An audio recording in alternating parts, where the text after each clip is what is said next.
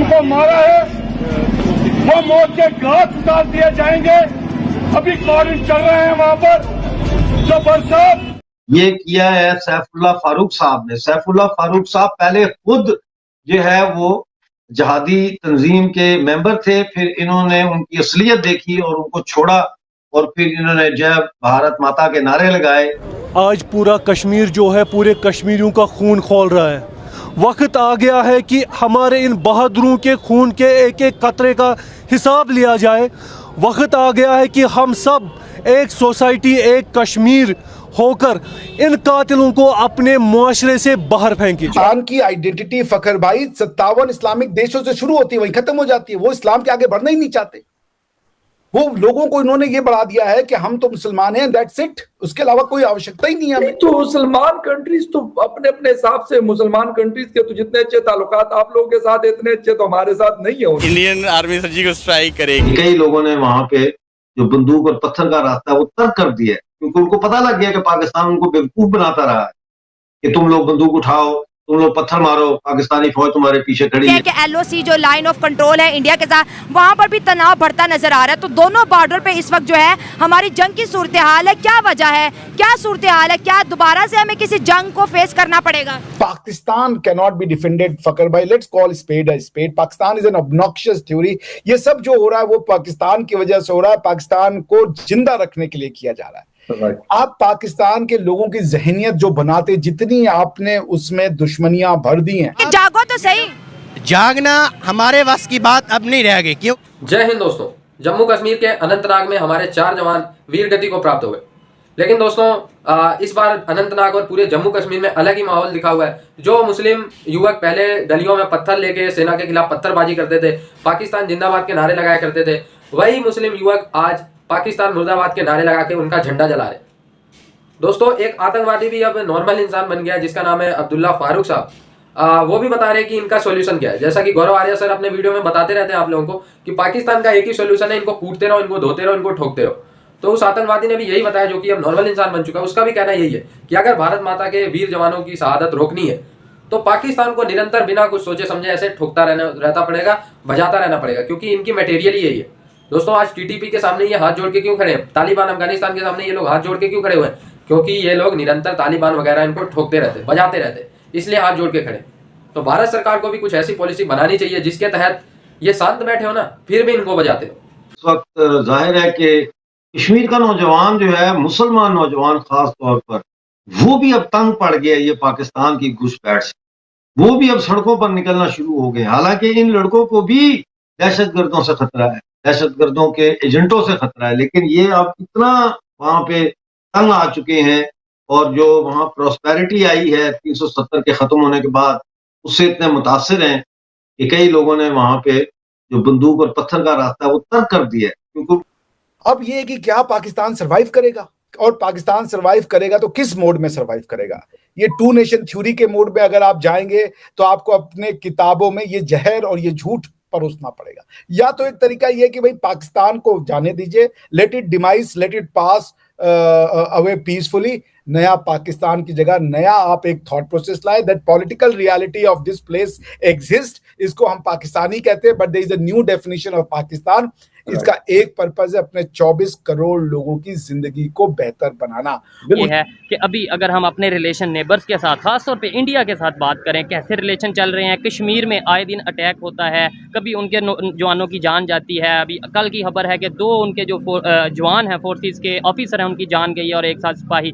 क्या कहना चाहेंगे? वहाँ पे अटैक हो तो इल्ज़ाम यहाँ पे लगता है, यहाँ पे इशू हो तो हम उन पे इल्ज़ाम लगाते हैं। क्योंकि हम पे कोई भी इल्ज़ाम लगाए सब मान लेते हैं, हम किसी पे भी लगाएं कोई भी नहीं मानता, क्योंकि हम खुद ही ऐसे, हमारा इतबार किसी जगह पे बना ही नहीं कि कोई बंदा हमारी बात मान ले। देखो सच्चाई ये है, दीवा बुझने से पहले फटफड़ाता है, तो वो हालात है। इसमें कोई शक नहीं कि जो आतंकवाद का बिल्कुल एंड आ गया है जम्मू एंड कश्मीर में। कोई 50 से 60 के करीब आतंकवादी रह गए हैं कश्मीर घाटी के अंदर, बाकियों का काम तमाम कर दिया। ये भी वो है जिनके पास अम्यूनिशन और वेपन की कमी है।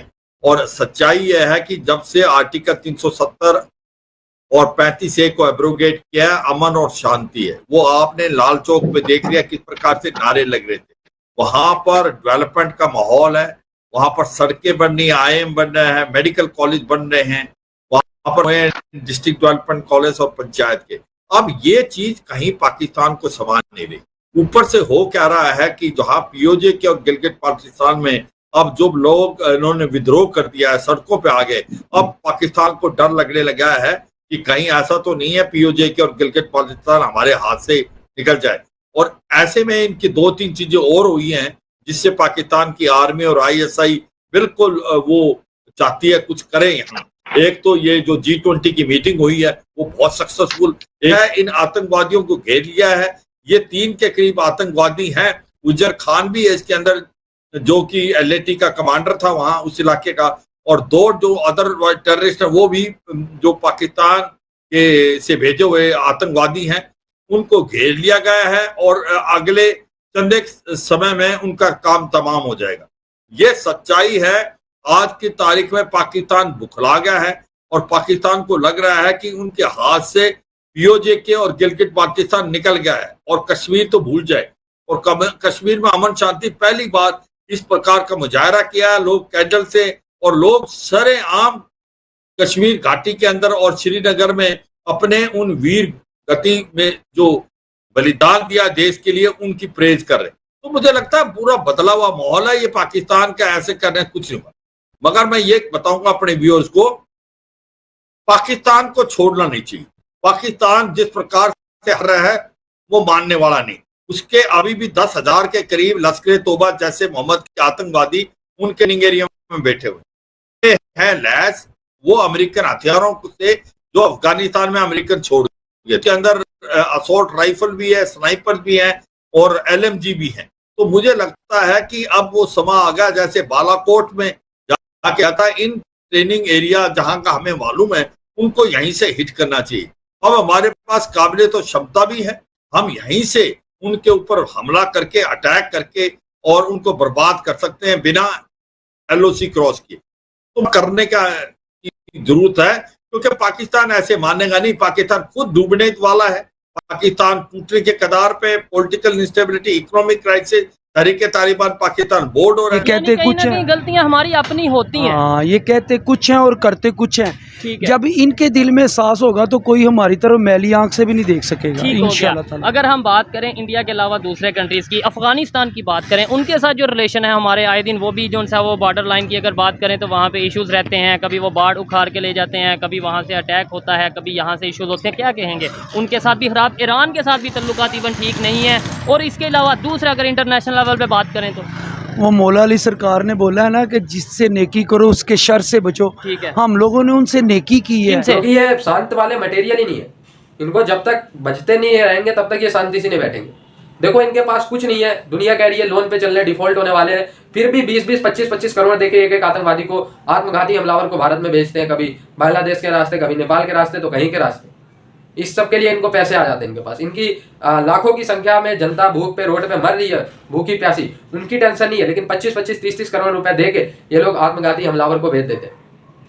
तो ये तो कुछ कंडीशन है दोस्तों। मदरसे में बाकायदा इनकी ट्रेनिंग होती है, भारत के खिलाफ इनको साजिश की जाती है, फिर कैंप लगाया जाता है, इनको जिहाद की ट्रेनिंग दी जाती है, हथियारों की ट्रेनिंग दी जाती है, पीछे छुपकर वार करने की ट्रेनिंग दी जाती है, और फिर पैसे देके इनके फैमिली लोगों को मोटी रकम 25-25, 30-30 करोड़ देके फिर उनको भारत कश्मीर में भेज दिया जाता है। 90% तो भारत सरकार इनको बॉर्डर पे ही किल कर देती है, लेकिन 5-10% जो आ जाते हैं वो फिर ये हमलावर करते हैं पीछे से छुप के। तो गौरव आर्या सरकार जो कहना है उस पर भारत सरकार को विचार करना चाहिए और जल्द से जल्द बालाकोट जैसा एक स्ट्राइक तो जरूर करना चाहिए। दोस्तों हमारे 5 जवान शहीद हुए हैं और क्या हम आराम से बैठे रहे? ऐसा तो मतलब होना ही नहीं चाहिए कतई। कहीं ना कहीं से 5 जवान के बदले में, 4 जवान के बदले में एटलीस्ट इनके 400 को मारना बहुत ज्यादा जरूरी हो चुका है। और अगर नहीं मारेंगे तो ये हमला भविष्य में भी जरूर होता रहेगा। आई होप ये वीडियो आप लोगों को अच्छा लगा, जुड़े रहे ऐसी वीडियोस के लिए। तब तक के लिए